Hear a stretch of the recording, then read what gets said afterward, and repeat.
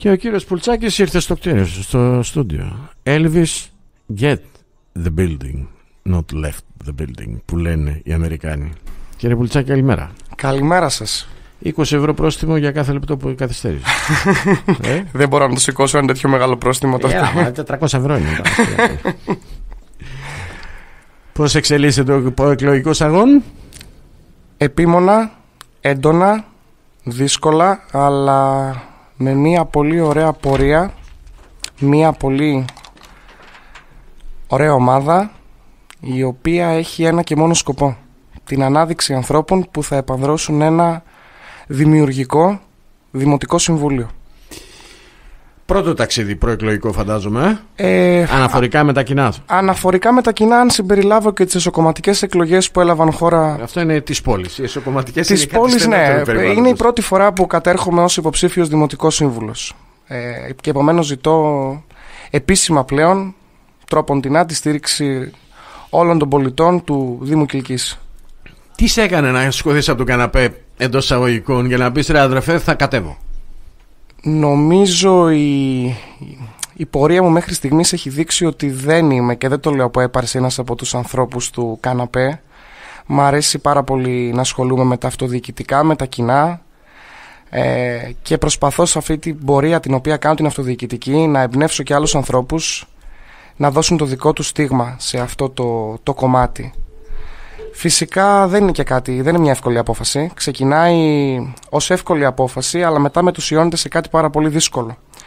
Γιατί πρέπει να συνδυάσεις και την εργασιακή σου απασχόληση μαζί με απαιτήσεις που πρέπει να σηκώσει ο προεκλογικός αγώνας και να αποδώσεις το μέγιστο δυνατό. Ξέρετε, η προσπάθεια του να πείσεις τον κόσμο, η πειθό, είναι κάτι πάρα πολύ δύσκολο. Προφανώς, είναι τέχνη καταρχάς. Είναι τέχνη. Το θέμα είναι ότι και ο κόσμος έχει κουραστεί, έχει απαιτήσεις, έχει παράπονα, και όταν θέλεις να πείσεις κάποιον δεν χρειάζεται να του μιλήσεις για θεωρητικές κατασκευές. Χρειάζεται εν της πράγμαση να καταλάβει τις αναγκαιότητες, τα προβλήματα και να μπορέσει να ξεχωρίσει ποιο είναι το πιστευτό, ποιο είναι το έλογο, ποιο είναι το παράλογο και τι μπορεί να υλοποιηθεί. Και το πιο δύσκολο κομμάτι είναι αυτό. Κοίτα, εντάξει, βασικά νομίζω ότι ξεκινάς με πλεονέκτημα, γιατί ξεκινάς πρώτη φορά με δυσκολίες, είσαι ένας νέος άνθρωπος που αυτό ξέρεις καλύτερα, το ξέρεις και εσύ άλλωστε, είσαι στο δρόμο, καταλαβαίνεις ότι πάντα αντιμετωπίζεται με θετικότητα, πάντα ένας νέος άνθρωπος, τουλάχιστον από τον κόσμο, από τους ψηφοφόρους. Δεν ξέρω τι μπορεί να συμβαίνει σε επίπεδο ανταγωνιστών στο ψηφοδέλτιο ή όχι, αλλά σε κάθε περίπτωση το εγχείρημα ενός νέου ανθρώπου, ειδικά στην τοπική αυτοδιοίκηση, νομίζω ότι συνοδεύεται με πολλές ευλογίες, οι οποίες μένει στο πέρασμα του χρόνου να επιβεβαιωθούν ή να ευοδοθούν οι προσδοκίες των ανθρώπων, οι οποίοι στηρίζουν έναν νέο άνθρωπο. Τώρα, ένας νέος άνθρωπος, την εμπειρία σε σχέση με ένα στέλεχος που μπορεί να έχει και 25 χρόνια πορεία στα αυτοδιοικητικά, δεν την έχει σίγουρα, αλλά προφανώς έχει τη διάθεση και την γενικότερη εμπειρία ζωής. Δικηγόρος Κιλκής άλλωστε, ξέρεις 5-10 πράγματα πολλά παραπάνω από όλους εμάς. Αυτό είναι το εργαλείο το πρώτο, έτσι δεν είναι? Βασικά η τοποθέτηση δική μου είναι η εξής. Όταν έχεις να ανταγωνιστείς ανθρώπους που είναι στην αυτοδιοίκηση πάρα πολλά χρόνια, αυτό ενέχει και θετικά ψήγματα και αρνητικά. Και να σας εξηγήσω τι εννοώ. Εγώ έχω κάνει ανοιχτό κάλεσμα σε όλους τους νέους ανθρώπους να στηρίξουν τη δική μου πρωτοβουλία με το συνδυασμό Κιλκής Μπροστά, για να μπορέσουν να υλοποιηθούν κάποιες νέες ιδέες, κάποιες προτάσεις, κάποια εγχειρήματα τα οποία έχω υπόψη. Έχω παρουσιάσει ένα προσωπικό προεκλογικό πλάνο και το οποίο ευελπιστώ να μου δώσει ο λαός του Κιλκής, του Δήμου Κιλκής, την ευκαιρία να το υλοποιήσω στο έπακρο. Τώρα από εκεί και πέρα θεωρώ ότι αυτές οι εκλογές λίγο διαφέρουν από τις προηγούμενες, από όλες τις προηγούμενες αυτοδιοικητικές εκλογές. Πιστεύω ότι ο κόσμος θα στηρίξει με πάθος νέους ανθρώπους που κατέρχονται στην πολιτική σκηνή, όχι γιατί οι υπόλοιποι δεν κάνουν, δεν προσπαθώ να κάνω μια πολιτική αδειάσματος ή μηδενισμού, αλλά επειδή είμαστε σε μια σύγχρονη κοινωνία που οι απαιτήσεις έχουν αλλάξει. πολύ πιο εύκολα ένας νέος άνθρωπος 30-31 χρόνων μπορεί να ανταποκριθεί στα θέλω μιας νεολαίας που έχει καταποντιστεί, που έχει περάσει από μια πολυετή οικονομική κρίση, που θέλει να βλέπει μια ελπίδα, μια προοπτική, να υπάρχουν άνθρωποι οι οποίοι έχουν ένα όραμα. Φυσικά δεν προσπαθώ τώρα να πω από έπαρση ότι όλα αυτά συμπυκνώνονται στο δικό μου πρόσωπο, αλλά νομίζω ότι ό,τι έχω αναφέρει, είτε εγγράφος, είτε προφορικός, είτε από κοινές συζητήσεις, μπορεί να υλοποιηθεί. Και ας μου επιτραπεί να πω, όταν γνωρίζεις την διοικητική δικονομία, γιατί τι είναι ο Δήμος Κιλκής, μια διοικητική δικονομία είναι προφανώς, το οργανόγραμμά της και όλα αυτά άπτονται της διοικητικής δικονομίας. Πολύ σωστά το λες. Εγώ προσωπικά θα βασιζόμουν σε ανθρώπους που έχουν ένα πλούσιο βιογραφικό, που βλέπουν την πολιτική σαν λειτουργήμα και δεν βλέπουν την πολιτική σαν μια αναγκαιότητα ενασχόλησης για να κάνουμε κάτι. Σκοπός είναι να απότοκος της εργασίας σου να είναι η πολιτική σκηνή, για να μπορέσεις να πάρεις τα εργαλεία και τους μηχανισμούς που σου έχει δώσει η εργασιακή σου κατάρτιση, η εμπειρία σου, οι σπουδές σου, και να τα υλοποιήσεις πλέον σε πραγματικό τόπο και χρόνο, που είναι το Δημοτικό Συμβούλιο. Ένα Δημοτικό Συμβούλιο που πρέπει για μένα να επανδρώνεται από ανθρώπους που να είναι και τεχνοκράτες. Και αυτό πιστεύω σε έναν βαθμό το έχει καταφέρει να το κάνει ο δήμαρχός μας, ο κύριος Κυριακίδης, με το συνδυασμό Κιλκής μπροστά. Έχει καταφέρει να ενώσει πολλούς διαφορετικούς πολιτικούς χώρους και να πάρει άτομα τα οποία έχουν υπόσταση, μπορούν να προσφέρουν, υπάρχει αξία, υπάρχει όραμα, υπάρχει δράση, φαίνεται από τις περιοδίες μας. Και για να επανέλθω στο προσωπικό κομμάτι, πιστεύω ότι οι νέοι θα στηρίξουν αρκετούς νέους ανθρώπους. Αλλά και παγιοί άνθρωποι, παγιοί τι εννοώ, ηλικιακά γυρεότεροι, ας μου επιτραπεί έκφραση να πω, θα στραφούν σε νέους ανθρώπους, ίσως γιατί θέλουν να νιώσουν ότι η ψήφος τους δεν θα πάει χαμένη.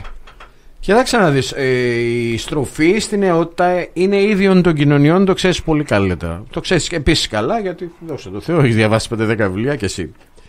Άρα δεν χρειάζεται να αιτιολογηθεί καμία στροφή προς τους νέους, ειδικά από τους μεσήλικες ή αν θες υπερήλικες, γιατί έτσι αντιδρούν οι κοινωνίες. Όταν επέρχεται ο κορεσμός, όταν επέρχεται η στασιμότητα, και ξέρεις, καμιά φορά αυτά απορρέουν από την εμπειρία, από την έπαρση που προκύπτει από την εμπειρία που έχει ο καθένας από εμάς. Γιατί τα μεγαλύτερα λάθη και στην πολιτική ιστορία και σε οποιαδήποτε υφή της ιστορίας, να ξέρεις, δεν τα έχουν κάνει άπειροι. Έμπειροι τα έχουν κάνει. Και αυτό απορρέει από αυτό που σου είπα. Η έπαρση της εμπειρίας. Το έχω ξανακάνει και καμιά φορά, αντί να υπερεκτιμήσουμε τη σοβαρότητα ενός γεγονότος, την υποτιμούμε και κάνουμε λάθος. Άρα εκ των όνων κάνευ είναι ένα απόσπαστο κομμάτι της καθημερινότητας μιας τοπικής κοινωνίας να στραφεί στους νέους. Το θέμα είναι οι νέοι, γιατί υπάρχει ένα πρόβλημα με αυτό. Πόσο γρήγορα θα φτάσουν στην έπαρση? Η γνώμη δική μου, και έχει διατυπωθεί και εν πολλής και σε διάφορα άρθρα που έχω γράψει, είναι το εξής. Όταν βάζεις μπροστά το εγώ και δεν βάζεις μπροστά το εμείς, από εκεί ξεκινάει μια προβληματική κατάσταση τόσο για το άτομό σου όσο και για την κοινωνία. Όταν έχεις ιδιωτελείς σκοπούς και νομίζεις ότι θα μπορέσεις να ανέβεις γρήγορα στην πυραμίδα, να διεκδικήσεις αξιώματα κτλ, αυτό είναι η αρχή της παρακμής. Το να ασχοληθείς πρέπει να έχει και κάποια στοιχεία χαρακτήρα, δηλαδή να γνωρίζεις ότι ναι μεν θα ασχοληθώ, αλλά δεν είναι και αυτός σκοπός στη ζωή μας. Το να προσφέρεις, όπως ήταν στην αρχαία Ελλάδα, αναφέρε το δικαίωμα και ταυτόχρονα και υπήρχε και η επιβλητικότητα, υπήρχε η υποχρέωση του να ασχοληθείς με τα κοινά. Και μάλιστα αυτοί που δεν ασχολούνταν με τα κοινά είχαν και κυρώσεις στην εκκλησία του Δήμου στην αρχαία Ελλάδα.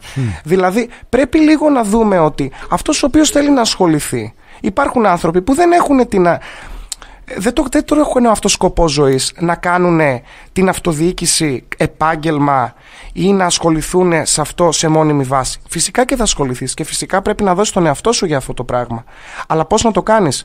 Να έρθεις σε επαφή με τον κόσμο, να δεις τα προβλήματα που αντιμετωπίζει ο κόσμος, να πάρεις μια εικόνα. Δεν υπάρχει κάτι ιδεατό σε αυτό. Είναι πραγματολογικά τα δεδομένα. Βλέπεις τις αστοχίες που έχουν γίνει. Κανένας δεν είναι Θεός. Δηλαδή, φτάνουμε σε ένα σημείο πολλές φορές που λέμε, ας μου επιτραπεί έκφραση, και τι έκανε? Αυτό είναι μηδενιστικό. Πρέπει να δούμε την πορεία ενός ανθρώπου. Παραδείγματος χάρη, σε αυτή τη τετραετία την οποία περάσαμε, ήμασταν 2 χρόνια καθυλωμένοι λόγω των μέτρων της υγειονομικής κρίσης. Δεν μπορούμε να κάνουμε μια αξιολογική κρίση βλέποντας όλη την τετραετία, παρά μόνο τα 2 τελευταία χρόνια που εξήλθαμε από αυτήν και περάσαμε πλέον στην κανονικότητα και σε συνθήκες οι οποίες επέτρεψαν και στη Δημοτική Αρχή την προηγούμενη να συμβάλλει και να δημιουργήσει ένα έργο. Δηλαδή, για να κοντολογείς, πρέπει να φτάσουμε σε ένα σημείο να αναδείξουμε το εμείς, όχι το εγώ, και να μην καθυλωθούμε από άκρατη έπαρση. Αυτό για μένα είναι το προστάδιο της επιτυχίας κάθε πολιτικού, ας πούμε, επιτραπή και κάθε ανθρώπου που θέλει να ασχοληθεί με τα κοινά. Κοίταξε, μην έτσι, περισσότερο ως μεσήλιξ θα σου έλεγα, μη σε τρομάζει η σύγκριση του εγώ με το εμείς, γιατί η σημασία έχει πάντα το εγώ. Με ποια έννοια το λέω? Όταν το δικό μας ή το εγώ των ανθρώπων που ασχολούνται με τα κοινά αντικατοπτρίζει το εμείς. Σωστή η τοποθέτηση. Έτσι. Σωστή. Τότε δεν υπάρχει φόβος. Όταν το εμείς, το οποίο εννοεί ο ασχολούμενος με τα κοινά, βγαίνει ως εγώ, τότε υπάρχει θέμα. Γι' αυτό σου λέω, μη σε τρομάζει πολύ το εγώ και το εμείς και μην δίνεις ιδιαίτερη βάση σε αυτό. Γιατί επί της ουσίας ο λόγος σου δίνει τη δυνατότητα να πεις πολλά, να υποσχεθείς πολλά, να δώσεις πολλές διαφορετικές παραστάσεις στον άλλο, στο συνομιλητή σου. Αλλά όταν μιλάμε για τα κοινά, οι πράξεις και μόνο αυτές θα έρθουν να επιβεβαιώσουν το λόγο, θα έρθουν να επιβεβαιώσουν το επίπεδο ποιότητας που διακατέχει τον οποιοδήποτε ομιλώντα και εν τέλει θα τον επιβεβαιώσουν και στις συνειδήσεις των ψηφοφόρων, μια που μιλάμε στην προκειμένη περίπτωση αυτών. Τώρα, με τεχνοκρατικούς όρους, τι περιθώρια βελτίωσης έχει η πόλη ή ο Δήμος? Κοιτάξτε να δείτε. Είναι μια ερώτηση την οποία την αντιμετωπίζω σχεδόν καθημερινά. Εγώ μιλάω όμως με τεχνοκρατικούς όρους. Όχι θα ήθελα. Με τεχνοκρατικούς όρους, για να πιάσουμε τα πράγματα σε μια λογική αλληλουχία. Πιστέψτε με, και μπορείτε να το δείτε και εγγράφως και από επίσημα έγγραφα του Δημοτικού Συμβουλίου, έχουμε κάνει σαν Δήμος Κιλκής την μεγαλύτερη απορρόφηση κονδυλίων όσο κανένας άλλος Δήμος μέσα στην Ελλάδα. Είτε από προγράμματα του ΙΜΕΠΕΡΑ, είτε από το Ταμείο Ανάκαμψης, είτε από το πρόγραμμα, αν δεν απατώμε, Αντώνης Τρίτσης. Έχουμε ένα πλούσιο υλικό το οποίο μπορεί να αξιοποιηθεί.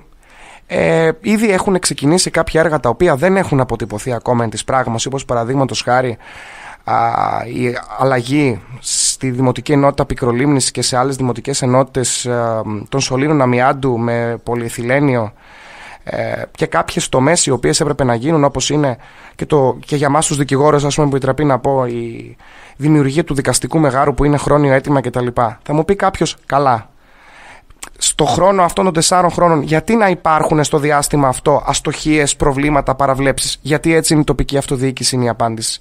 Γιατί όταν έχεις να κάνεις μια μακροσκελή μελέτη η οποία ακολουθείται από μια επίβλεψη και υπάρχει μια, ας πούμε, επιτραπεί παχύσαρκη γραφειοκρατία η οποία τώρα αρχίζει πλέον να απλουστεύεται και υπάρχει ένα τεράστιο όγκος εργασίας, φυσικά και δεν μπορεί ένα έργο να αποτυπωθεί στην πρώτη τετραετία ενός δημάρχου. Έχουμε τα υλικά, έχουμε τα ευρωπαϊκά προγράμματα, έχει καταφέρει ο Δήμαρχος να κάνει μια πολύ μεγάλη εξοικονόμηση δαπανών και να του προσφέρει τη δυνατότητα να αξιοποιήσει τη ρευστότητα η οποία υπάρχει, έτσι ώστε όλο αυτό να πολλαπλασιαστεί και να δώσει νέες παροχές στους πολίτες. Έχουμε μείωση σε αυτήν την τετραετία των ανταποδοτικών τελών, νομίζω κατά 5%. Έχουν δοθεί πάρα πολλά προνόμια σε τρίτεκνες και πολύτεκνες οικογένειες. Είχαμε αναπλάσεις 15 παιδικών χαρών και ανακατασκευή άλλων 20 και έχουμε πολύ δρόμο. Η απάντηση είναι ακόμα μπροστά μας. Τι εννοώ πολύ δρόμο? Είναι στο χέρι των δημοτών, αν επανεκλέξουν το συνδυασμό Κιλκής μπροστά, και εγώ θέλω να γίνει προσωπικά. Είναι και προσωπικός. Είμαι και εγώ φυσικά υποψήφιος, αλλά είναι και προσωπικός στόχος, έτσι ώστε να μην κερδίσει εντός εισαγωγικών όλο αυτό το έργο της Δημοτικής Αρχής μια νέα Δημοτική Αρχή. Και δεν πρόκειται να κάνω μια συγκρουσιακή πολιτική τώρα και να μηδενίζω Δεν ακούγεται λίγο εγωκεντρικό όμως αυτό, να μην κερδίσει? Δεν είναι εγωκεντρικό. Όταν προσπαθείς για κάτι και θέλεις στον πολίτη να το δώσεις εμφανώς, να το δει εν της πράγμαση, να καταλάβει ότι εγώ 4 χρόνια έχω κάνει κάτι. Είναι σαν να κάνω μια. Αυτό εννοείς ολοκλήρωση του εγχειρήματος. Ολοκλήρωση του σκοπού. Εντάξει, σωστό, αυτό σωστό. Δηλαδή, ας αποτυπωθεί όλο αυτό και ας μην μένουμε. Είμαστε σε μια ακόμα μέση κατάσταση και υπάρχει ένα έργο το οποίο δεν έχει ολοκληρωθεί ακόμα. Ας το δουν οι δημότες, γιατί ουσιαστικά από τα 4 χρόνια, όπως είπα πριν, έχουν αξιοποιηθεί μόνο τα 2. Επομένως, για να κλείσουμε την ερώτηση, η απάντηση είναι η εξής. Έχουμε πλούσιο όγκο υλικών και επειδή η απέτηση όλων των πολιτών είναι ένα κιλκί το οποίο θα είναι πιο προσιτό στον πολίτη, ένα κιλκί το οποίο κάποιοι λένε δεν αλλάζει, να αλλάξει. Να αλλάξει πολύ θετικά. Να μην χρειάζεται ούτε η νεολαία να φεύγει σε όμορους νομούς, ούτε να φεύγει στο εξωτερικό, να αγαπήσουμε όλη την πόλη μας. Υπάρχουν πολλά που πρέπει να γίνουν και συμφωνώ με τους πολίτες. Αλλά πιστέψτε με ότι με τα υλικά που έχουμε και ο σκοπός μπορεί να ευοδοθεί και το αποτέλεσμα να έλθει πλούσιο και πραγματικό. Η αλήθεια είναι ότι αυτό που με ενοχλεί στην πόλη και στο Δήμο είναι ότι πολλοί εξ ημών έχουμε παραδοθεί σε κάτι το οποίο ξεκίνησε ως ανέκδοτο, αλλά τελικά φαίνεται ότι έχουμε παραδοθεί σε αυτό και έχει να κάνει με την ασχήμια της πόλης και το τι έχει να επιδείξει και αυτό και εκείνο και τ' άλλο. Είμαι από αυτούς που λένε ότι ρε παιδιά, αυτή η πόλη δεν μπορεί να μορφύνει, γιατί ο αστικός ιστός είναι συγκεκριμένος, το πολεοδομικό συγκρότημα είναι και αυτό συγκεκριμένο. Μπορούν να γίνουν πολλές παρεμβάσεις. Οι όποιες παρεμβάσεις που μπορεί να γίνουν και που ενδεχομένως να βελτιώσουν την αισθητική της πόλης είναι παρεμβάσεις δύσκολες και παρεμβάσεις οι οποίες απαιτούν συνεργασίες. Μιλάω ας πούμε για την πεζοδρόμηση του ιστορικού κέντρου. Έτσι. Παρόλα αυτά έχει μείνει σαν να έχουμε παραδοθεί και εντάξει, το ζήτημα είναι ότι μια πόλη ομορφαίνει όταν έχει νέους. Ξεκάθαρα μια πόλη ομορφαίνει όταν υπάρχει νεολαία. Και η νεολαία, δεν έχουμε μια νεολαία η οποία σκοπό έχουμε μόνο να καταναλώνει αγαθά και υπηρεσίες. Θέλουμε μια νεολαία η οποία θα συμμετέχει ακόμα και σε πολιτιστικές δραστηριότητες, σε κοινωνικές δράσεις. Μια νεολαία που θα έχει ένα κοινωνικό πρόσωπο.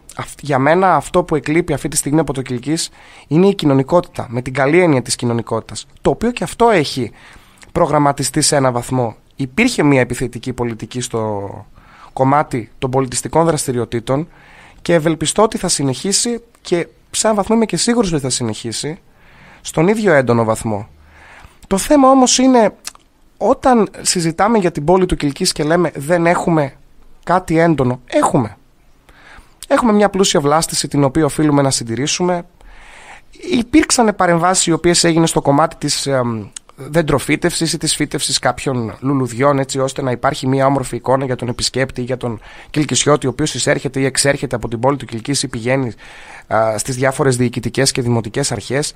Η δικιά μου η άποψη είναι δεν χρειάζεται να υπερμηδενίζουμε, να εκμηδενίζουμε τα πάντα. Μπορούν να γίνουν παρεμβάσεις και καλλιτεχνικές παρεμβάσεις και πολιτιστικές παρεμβάσεις. Αυτές γίνονται σε ικανοποιητικό βαθμό. Γίνονται σε ικανοποιητικό βαθμό και μπορεί όλο αυτό να γίνει ακόμα πιο επιθετικά.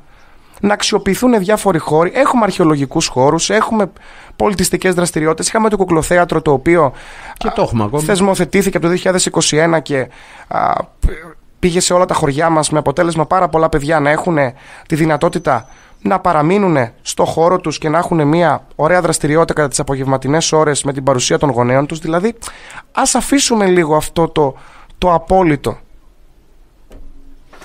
Οκ. Λοιπόν, κάνεις τόσο καλή δουλειά στον προεκλογικό αγώνα, γίνονται οι εκλογές και ξεπερνάς κάθε προσδοκία σε βαθμό τέτοιο ώστε να είσαι ένας από τους, υποθετικό σενάριο αυτό, έτσι. Μάλιστα. Ένας από τους 5 καλύτερα με την καλύτερη συγκομιδή σταυρών στο ψηφοδελτίο του Δήμου. Αυτό αυτομάτως εντός εισαγωγικών διαπραγματευτικά σε φέρνει σε μια θέση όπου ενδεχομένως να σου πει ο Δήμαρχος, επειδή τα άσπασες, πες μου πού θέλεις να σε πάω. Για να δω τώρα είναι μια πάρα πολύ δύσκολη ερώτηση αυτή, την οποία δεν την έχω σκεφτεί καν σε προσωπικό επίπεδο. Θα ήθελα φυσικά να εκλεγώ. Κάνω πολύ μεγάλο αγώνα για να εκλεγώ. Έχω παρατήσει ένα πολύ μεγάλο όγκο εργασιών για να μπορώ να ασχοληθώ με τα προεκλογικά μου και να μπορώ να πείσω τον κόσμο ότι είναι αναγκαιότητα να ψηφίσουμε νέους ανθρώπους και ειδικά εμένα. Γιατί γι' αυτό ένας από τους λόγους που κατεβαίνω φυσικά είναι και το εγώ, έτσι, στην προεκλογική εκστρατεία. Αλλά όπως είπα και πριν, δεν είναι αυτός σκοπός το να διαπραγματευτώ μία θέση σε επόμενο χρόνο. Θα ήθελα να το δω μετά την 8η Οκτωβρίου, να αποτυπωθεί πόσους ανθρώπους κατάφερα να πείσω με την δική μου κατάρτιση, με τις δικές μου ιδέες, με τη δική μου συνέπεια. Νομίζω ότι η νέα γενιά θα με στηρίξει. Από εκεί και πέρα, το να ξέρω εκ προημίου ή να έχω κάνει μια εικασία ακόμα στο τι θέση θα έπαιρνα, μου θυμίζει μια παλαιοκομματική πολιτική η οποία υπήρχε στις συναλλακτικές σχέσεις όλων των δήμων της Ελλάδος, που υπήρχε μια αγοραπολισία ψήφων. Εντάξει, μην το λες αυτό, δεν είναι έτσι. Επιτρέψτε μου να γιατί έτσι λειτουργεί κιόλας. Δηλαδή, κοίταξε να δεις, εγώ είμαι ο δήμαρχος. Βλέπω έναν άνθρωπο ο οποίος από το πουθενά έχει μια δυναμική, που ξέροντας τον κιόλας, ναι, μπορώ να πω ότι είναι ικανός, ή να δοκιμάσω, να πάρω το ρίσκο. Τα στοιχεία δείχνουν ικανότητα να πάρω το ρίσκο να τον δοκιμάσω. Δηλαδή, βρέθηκα σε αυτή τη θέση το 19 εγώ. Όταν με ρωτήσαν, λέω δεν ξέρω τι λέτε εσείς, εγώ θα ήθελα να εμπλακώ με την καθαριότητα. Κουνήσαν το κεφάλι γιατί μου είπαν σε ένα μήνα θα έχεις φύγει από εκεί για άλλους λόγους, εξαιτίας της επαγγελματικής μου προέλευσης. Αλλά εν πάση περιπτώσει δεν είναι κακό. Δηλαδή αυτό και αυτό μην το παίρνει στραβά. Δεν είναι κακό. Ξέρω τι μπορώ να κάνω και ξέρω πού μπορώ να το προσφέρω. Άρα δεν νομιμοποιήσω και να πεις ρε αδερφέ, άμα σε ρωτήσουν, δεν θα ήθελα να δουλέψω εκεί γιατί εκεί θεωρώ ότι μπορώ να δουλέψω καλύτερα. Πιστεύω ότι με την τεχνογνωσία την οποία έχω, μπορώ να συνεισφέρω σε βασικές νομικές τομές του νομού. Απλούστευση διαδικασίας, γρηγορότερη δικονομία, λιγότερη γραφειοκρατία για το Δήμο Κιλκής, και επειδή μου αρέσει να έρχομαι σε επαφή με τον κόσμο και να συζητάω τα προβλήματα, μία ουσιαστικά καταγραφή όλων των προβλημάτων που υπάρχουν με μεγαλύτερη διεκπεραίωση χρονικά. Πιστεύω ότι έκαστος εφώ ετάχθη. Ο καθένας έχει το αντικείμενό του, έχει την προέλευσή του, έχει τις ιδέες του, και αν όλα πάνε καλά και μπορέσω και είμαι σε μια πολύ καλή εκλόγιμη θέση με μια πολύ καλή σταυροδοσία, τότε θα ανοίξει μια κουβέντα σχετικά με το πώς μπορεί όλη αυτή η κατάρτιση να έχει θέση μέσα στο Δημοτικό Συμβούλιο για όφελος όλων των πολιτών του Δήμου Κιλκής. Οκ, απάντησε σαν δικηγόρος, μάλλον πρέπει να είσαι καλός. Δημήτρη, καλή δύναμη. Ευχαριστώ από καρδιάς. Ευχαριστώ για το χρόνο σας. Ευχαριστώ πάρα πολύ. Η αλήθεια είναι ότι εντός εισαγωγικών σε λυπάμαι, γιατί έχει πολύ μεγάλη κούραση αυτό το εγχείρημα, αλλά είναι ο σκοπός αυτός που θα σε κάνει να μην καταλαβαίνεις από αυτά. Ευχαριστώ πάρα πολύ. Ευχαριστώ για τον χρόνο σου και σένα και εγώ από μεριάς, και ο σταθμός για την παρουσία σου. Εμείς εδώ είμαστε, το έχουμε πει σε όλους όσους έρχονται. Η πόρτα είναι ανοιχτή, δεν χρειάζεται κανένας πρόσκληση παρά μόνο μια τυπική επαφή για να ρυθμιστούν τα διαδικαστικά. Είστε εξαιρετικοί. Ευχαριστώ πάρα πολύ. Καλή συνέχεια. Καλή συνέχεια και σε εσάς.